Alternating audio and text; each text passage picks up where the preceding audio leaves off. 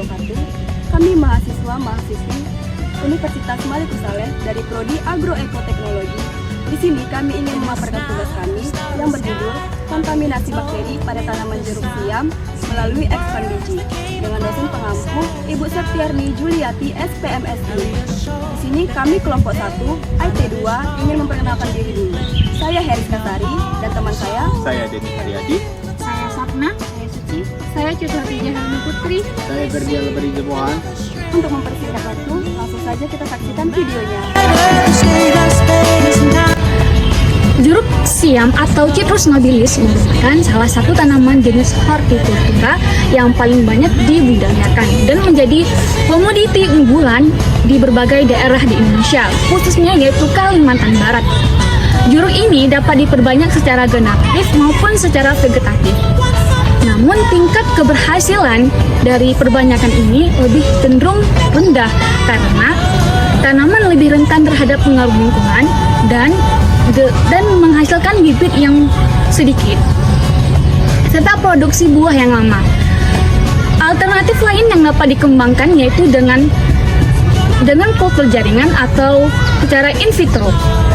Adapun tujuan dari kultur jaringan ini yaitu agar tanaman yang dihasilkan itu sama dengan induknya dan bibit yang dihasilkan lebih banyak.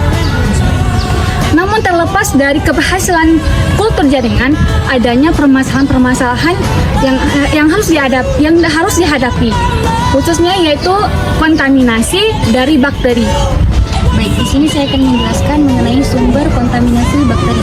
Kontaminasi dari bakteri dapat disebabkan oleh alat dan bahan yang kurang steril, kemudian lingkungan kerja yang tidak steril seperti adanya bakteri dari udara ataupun lingkungan meja kerja pada saat melakukan inisiasi yang tidak steril.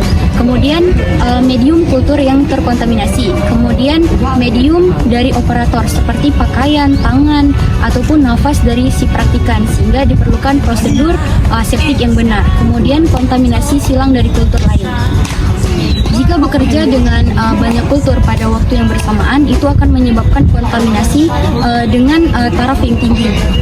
Kemudian kesalahan dari melakukan sterilisasi seperti melakukan sterilisasi pada alat dan bahan yang tidak benar-benar merata. Kemudian dampak dari kontaminasi bakteri adalah bakteri akan bersaing dengan tanaman untuk mendapatkan nutrisi sehingga tanaman akan kekurangan nutrisi. Kemudian bakteri akan mengeluarkan senyawa-senyawa toksik yang dapat mengubah sel-sel jaringan tanaman sehingga tanaman tersebut dapat mati. Kemudian bakteri tersebut akan mengubah kondisi fisik dan kimia dari medium sehingga lingkungan tumbuhnya tidak sesuai lagi dan menyebabkan tanaman tersebut mati. Nah, di sini saya akan membahas tentang metode deteksi kontaminasi. Kontaminasi bakteri biasanya terdeteksi beberapa hari hingga 1 bulan setelah tanam. Metode ini dilakukan dengan pengecekan secara berkelanjutan, yaitu dengan melihat dari ciri-ciri fisik yang ditimbulkan pada media ataupun plant lab. Bila terkena kontaminasi bakteri, maka tanaman akan basah atau menyebabkan lendir. Hal ini dikarenakan bakteri langsung menyerang terhadap jaringan dari tubuh tumbuhan itu sendiri. Selanjutnya adalah pencegahan kontaminasi bakteri. Menurut WT et al. 2020 melaporkan bahwa bakteri yang tumbuh dalam media kultur jaringan masuk melalui bekas luka eksplan dan mengkontaminasi seluruh bakteri pada eksplan. Pencegahan kontaminasi pada media oleh bakteri dapat dilakukan pada saat pertama kali melakukan proses inisiasi, yaitu dengan tidak langsung mengambil eksplan dengan menggunakan pinset yang panas, sehingga dapat menimbulkan luka pada permukaan eksplan.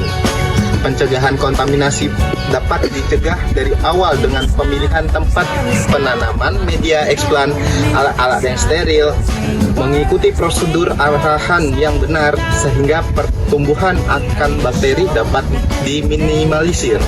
Penanganan tanaman yang terinfeksi. Menurut jurnal yang saya baca, ada 5 penanganan. Yang pertama, isolasi tanaman terinfeksi. Jika tanaman yang sudah terinfeksi, maka langsung keluarkan saja dari ruangan inkubasi agar tanaman yang lainnya tidak terkontaminasi. Kedua, identifikasi bakteri. Kita dapat melihat bakteri melalui identifikasi dengan metode PCR, biokim, gram, dan lain-lain. Ketiga, Sterilisasi ulang. Kita dapat melakukan sterilisasi ulang dengan larutan sodium dan hipoklorit, lalu dibilas dengan air steril. Keempat, perbaikan media kultur. Kita dapat membuat media kultur baru, lalu kita mengambil eksplantnya yang masih bisa diselamatkan. Yang kelima, melakukan pengamatan dan pemantauan.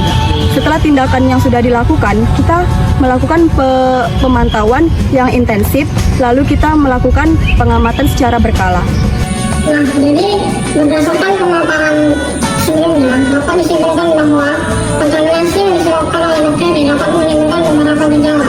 Di antaranya adalah basa di permukaan atau menyebabkan lendir. Hal ini dikarenakan bakteri langsung menyerang serangan jaringan dari tumbuhan itu sendiri. Dan untuk penanganan sendiri dapat dilakukan dengan cara isolasi tanaman terinfeksi, identifikasi bakteri, sterilisasi ulang, perbaikan media kultur, pengamatan dan pemantauan. Sekian video dari kami, semoga bermanfaat bagi kita semua. Kami akhiri. Assalamualaikum warahmatullahi wabarakatuh. Terima kasih. Dadah.